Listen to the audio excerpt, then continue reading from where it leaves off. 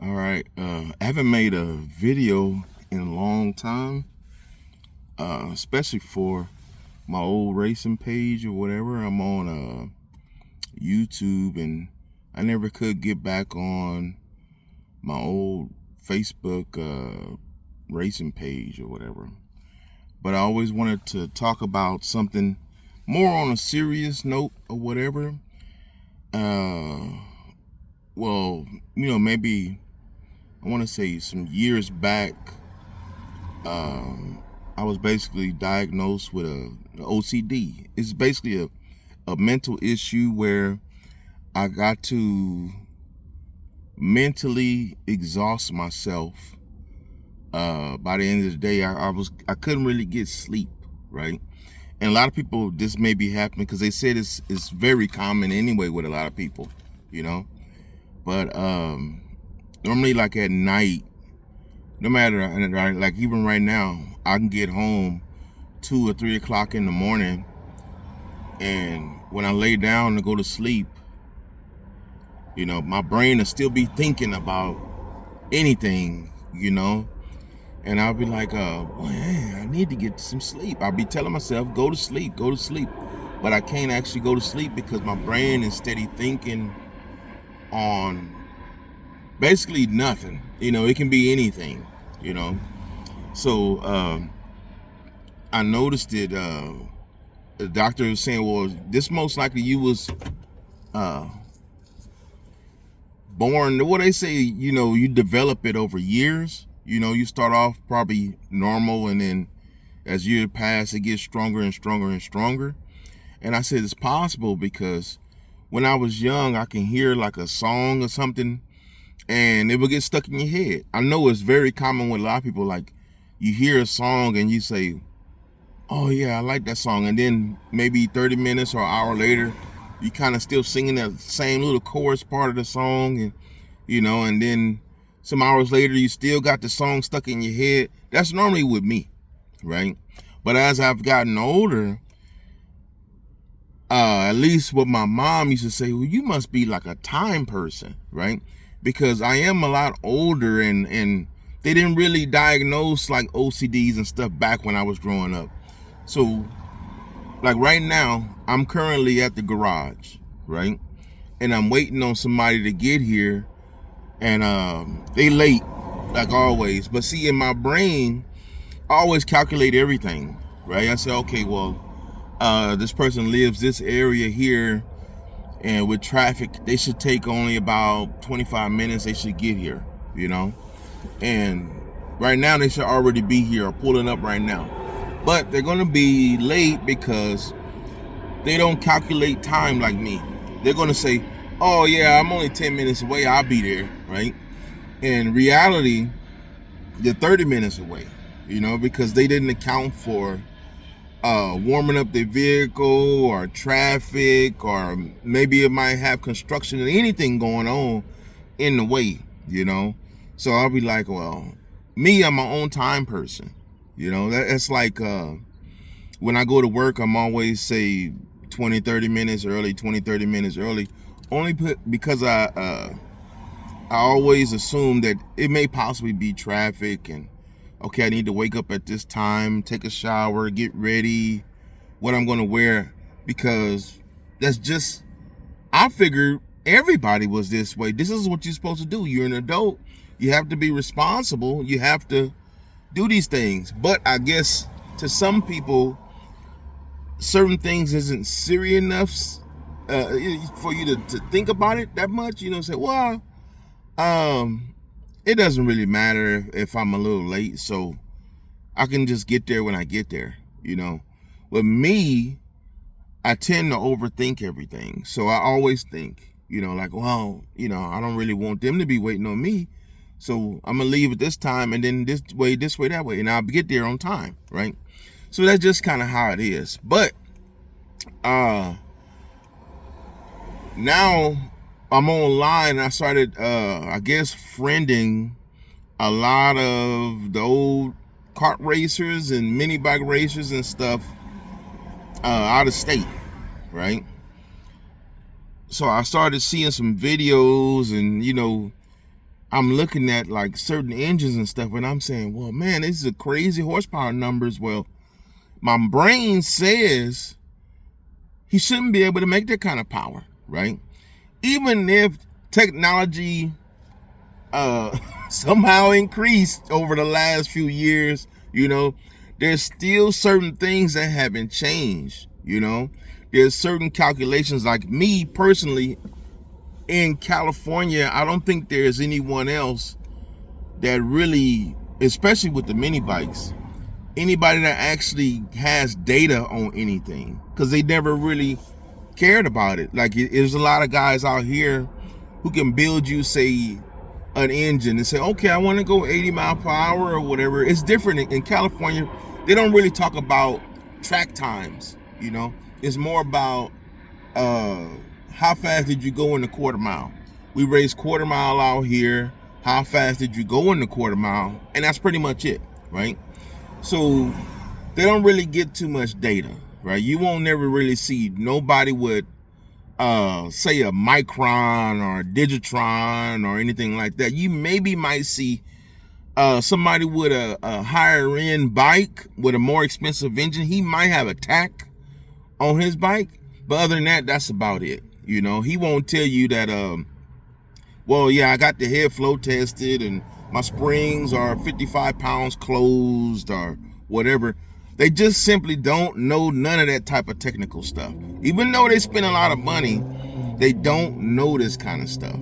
They can't tell you about the weight balance on the crank or anything, and I'll be like, man, how is you spending all this money and you don't know anything? All I know is it go 90 mile per hour. And that's usually the type of people I used to deal with, when I used to be building engines. So they really don't know anything, and it's kind of being mentally lazy, where you don't want to know. But I'm like, well, how can you be paying this kind of money? You're paying, say, thousands and thousands of dollars for something and you have no information about it. You just say, well, it's a 212 Predator and it has 3228 valves. You have that information, yeah, but what's the compression ratio on the engine? You don't know, right? What does the head flow? You don't know, right? All I know is fast, and that's just kind of how it is, And so things like that bother me, and it took for me to go out of California and find some actual mental competition, right? And that's when this whole small engine challenge thing came in, right? Where you limited on a certain cubic inches and whatever you can do, but you have to make within the rules the most horsepower you can within the rules, right?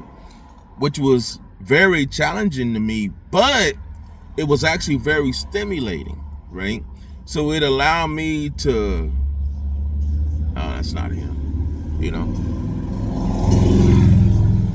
it allowed me to start coming up with new ideas and figuring out things, right?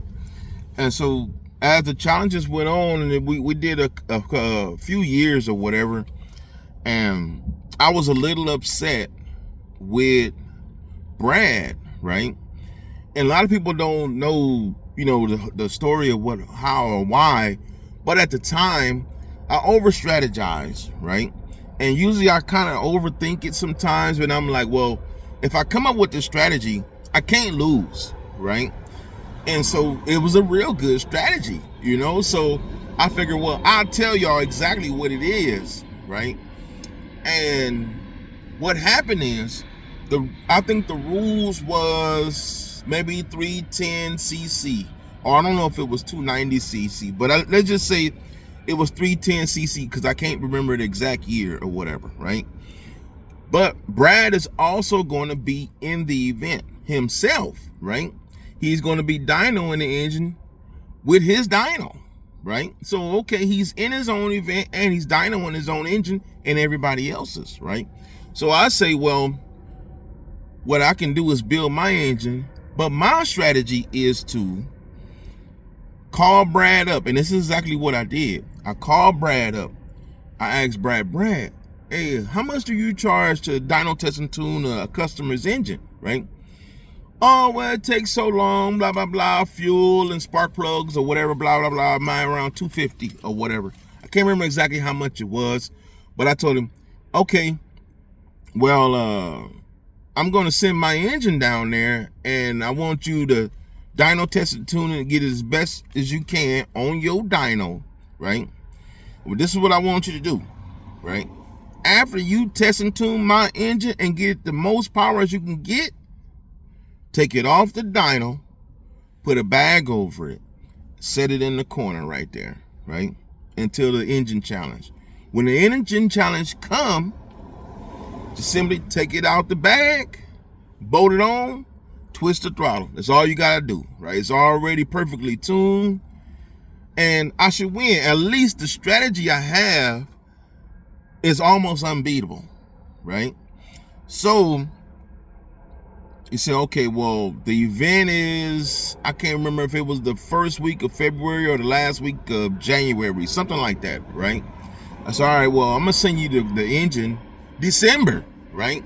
He got the engine saved mid-December. I sent it to him, right?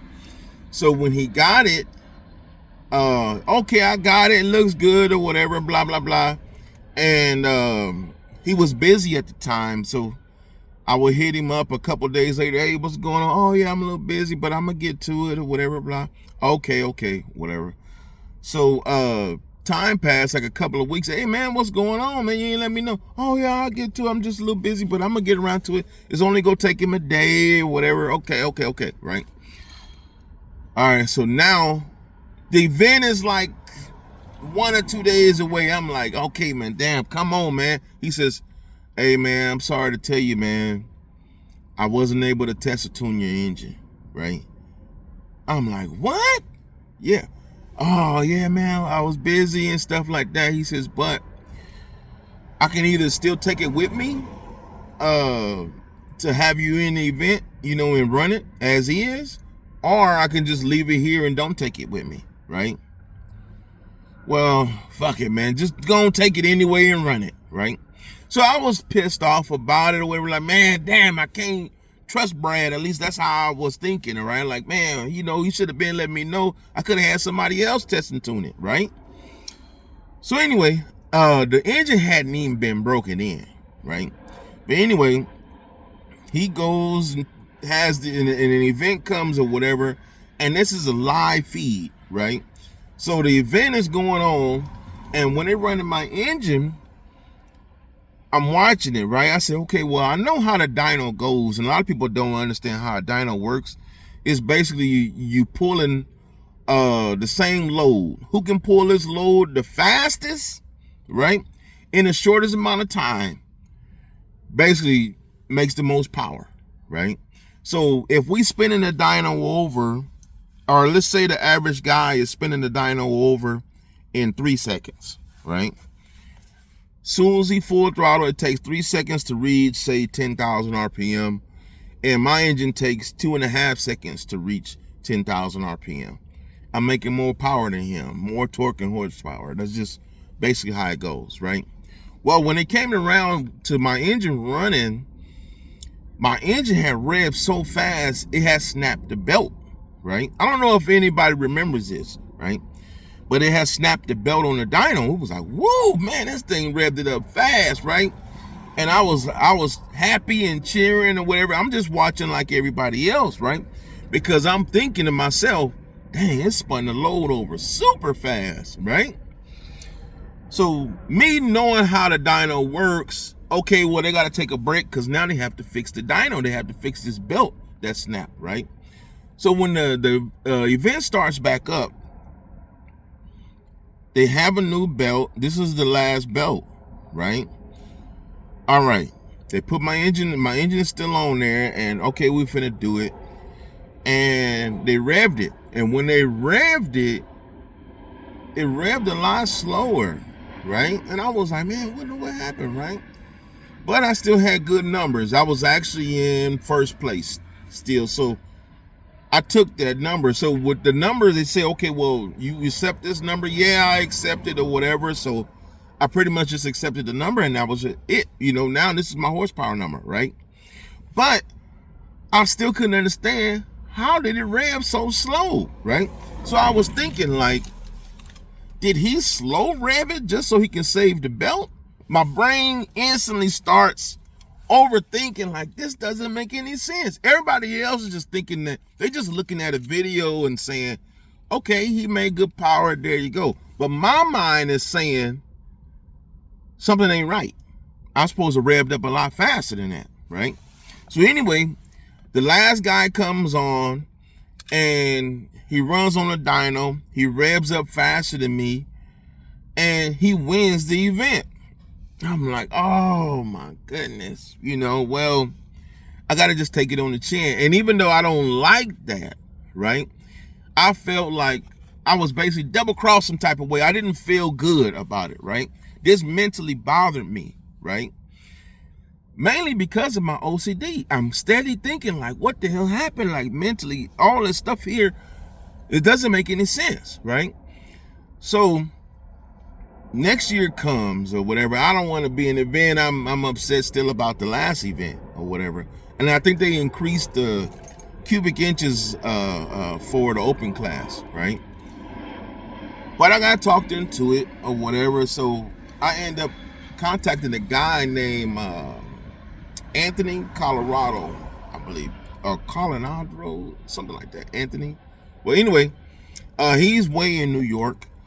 And so what I did was, instead of me building a whole nother engine, right, I just sent the same exact engine from the year before. I hadn't even did anything with it because the engine is too small to be on any of my bikes and drag race with, per the rules, made it smaller than what I actually run myself, right? So I sent the same identical engine to Anthony. And Anthony dyno test and tune the engine, and he's going to the event himself and bringing the engine himself, right? So I said, well, Anthony, hey man, how did the engine go? Was you able to test and tune the engine, right? So he hits me up and he says, yeah, man. He said, I'm gonna tell you like this, I don't mind coming in second, right? And I was like, oh, what? Is that right? So I was happy that he actually got it test and tuned. So I was happy about that, right? And he ended up taking it to the event or whatever, and I ended up winning the event, right? Like I said, it's the same engine from the year before, but this time I think they changed it maybe to a chain or something like that on the dyno, so you don't have to worry about the belt ripping off or anything like that, right? So I said, okay, well, that's just that one situation, right? I kind of felt, I don't know, man, I just didn't feel right about the whole thing, If I would have, even if I would have lost, okay, clearly I lost, there you go. But now that I had won, I kept saying, I won with the same engine from the year before, right? I hadn't did anything to this engine, So that's what I'm saying, like, I felt kind of bad about that, But now I don't even deal with the mini bike stuff at all anymore. And it did kind of help a lot with my OCD, right?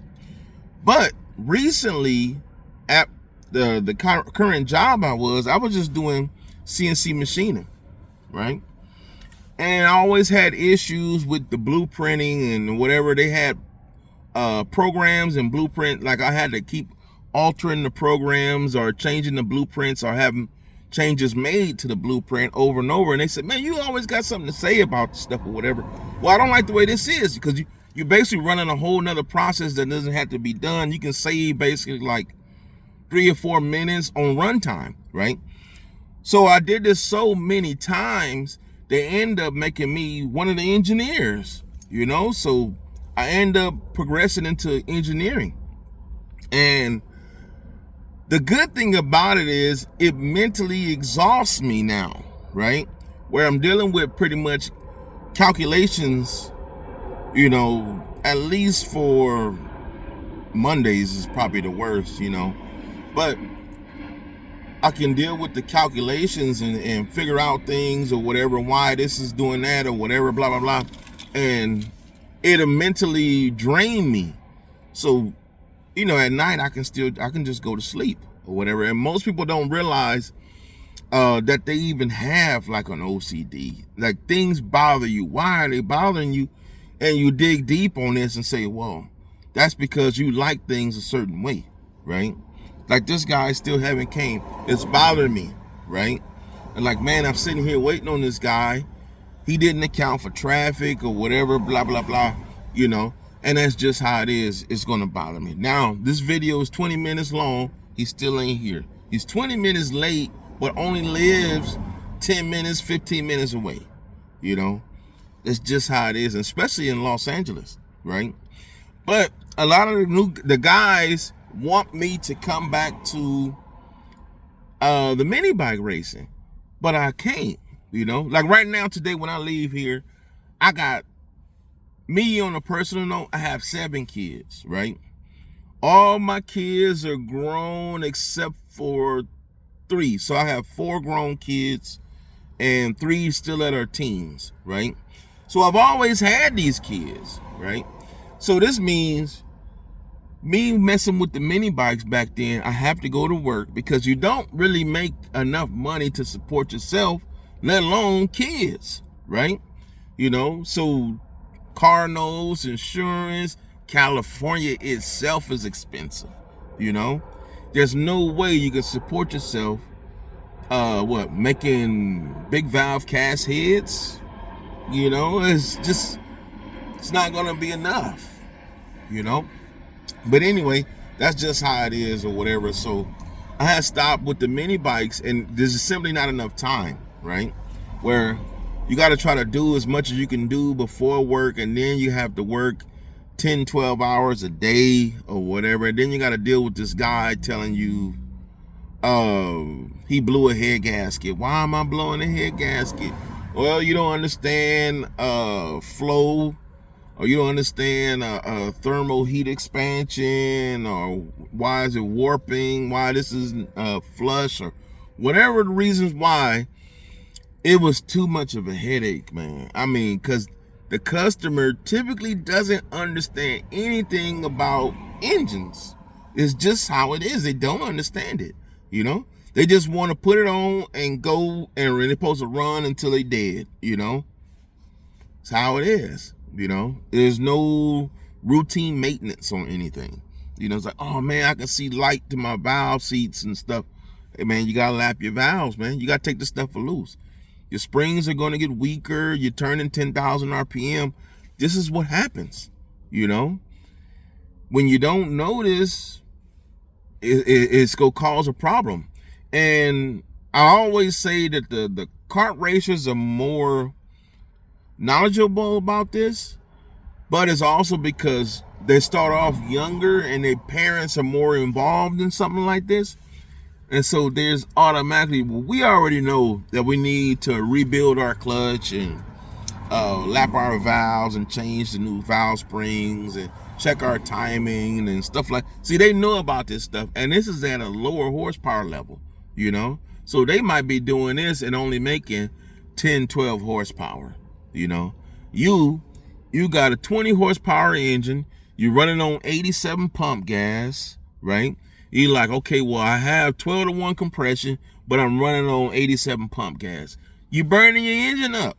You see what I'm saying? You're detonating all day long. You finna blow a head gasket. That's just what's gonna happen, you know? But when you don't know, you don't know, you know? But anyway, I'm about to get on because this guy still, he ain't pulled up or whatever, so. I just wanted to rant, I guess, on a little video. Sorry, I ain't coming back.